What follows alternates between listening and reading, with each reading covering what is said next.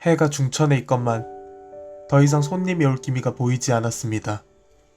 포목점의 왼손잡이 행상인 허생원은 동업자 조선달에게 이제 그만 오늘 장사를 접자고 이야기했습니다.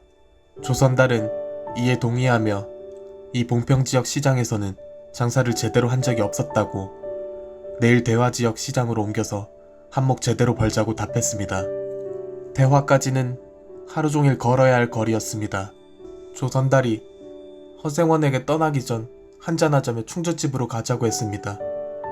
허생원이 충주집의 여주인만 만나면 얼굴이 붉어지고 수줍어하는 걸 알고 있었기 때문입니다.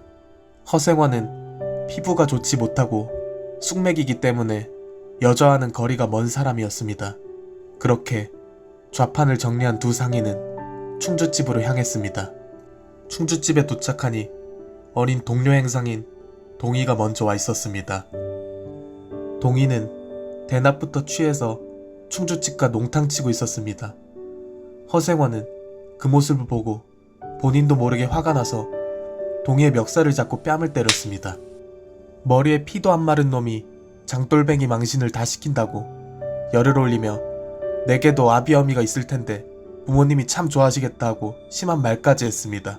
동희는 거기에 말 한마디 말대꾸도 하지 않고 고개를 푹 숙인 채 밖으로 나갔습니다.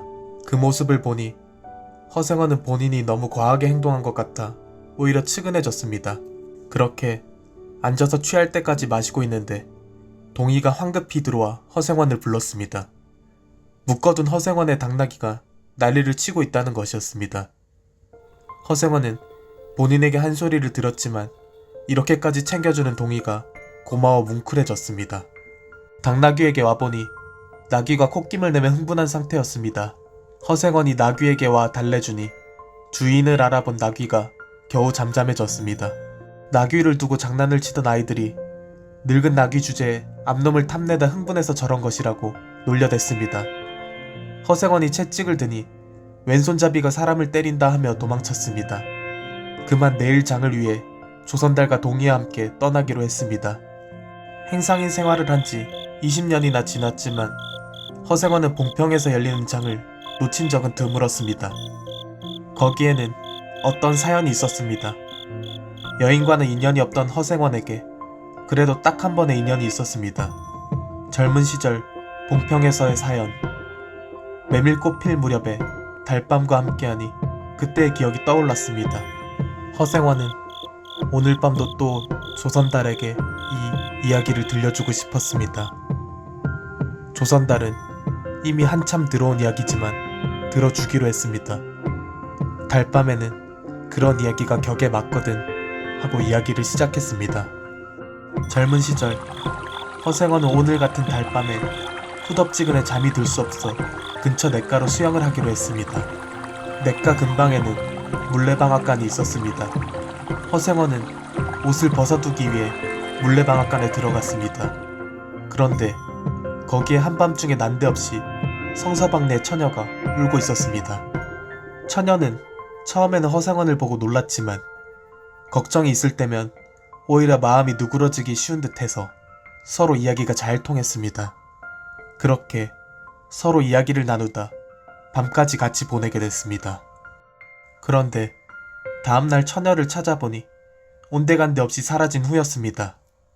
겨우 수소문을 해보니 제천으로 온 집안이 옮겼다는 이야기만 들을 수 있었습니다. 그 이후로 허생원은 그 젊은 시절의 기억으로 봉평이 좋아졌습니다. 저 뒤 멀리서 뒤늦게 쫓아오던 봉이가 행렬을 이끌기 시작했습니다. 허생원이 아까 충주집에서의 일을 동희에게 사과하니 동희는 되려 어머니 보기 부끄러운 일이었다며 고마워했습니다. 동희에 대해 물어보니 아버지는 안 계시고 가족은 어머니뿐이라 했습니다. 아버지가 돌아가신 건 아니고 처음부터 없었다고 하니 허생원과 조선달이 비웃었습니다. 어머니는 제천촌에서 동희를 아비 없이 얻어왔다고 홀몸으로 낳고 집에서 쫓겨났다 말했습니다. 그때 대화를 끊을 수밖에 없었습니다. 앞에 개울가가 나타났기 때문입니다. 장마에 물이 불어나 널다리가 물에 잠겨 있었습니다. 맨몸으로 건너가야만 했습니다. 나귀들과 조선달이 먼저 앞서 나가고 동희와 허생원이 뒤이어 건너기 시작했습니다. 둘은 아까의 대화를 이어나갔습니다. 동희의 모친은 그렇게 쫓겨나고 의부를 얻어 술장사를 시작했다는 이야기, 그리고 어머니가 원래 봉평 사람이라는 것까지 이야기하자 허생원은 발을 헛디뎌 넘어졌습니다. 동희는 넘어진 허생원을 들쳐업고 물을 건너기 시작했습니다. 모친은 아비를 찾지는 않는 눈치지? 하고 허생원이 물었습니다. 늘 한 번은 만나고 싶다고는 하는데요. 동희가 답했습니다. 지금 어디 계신가?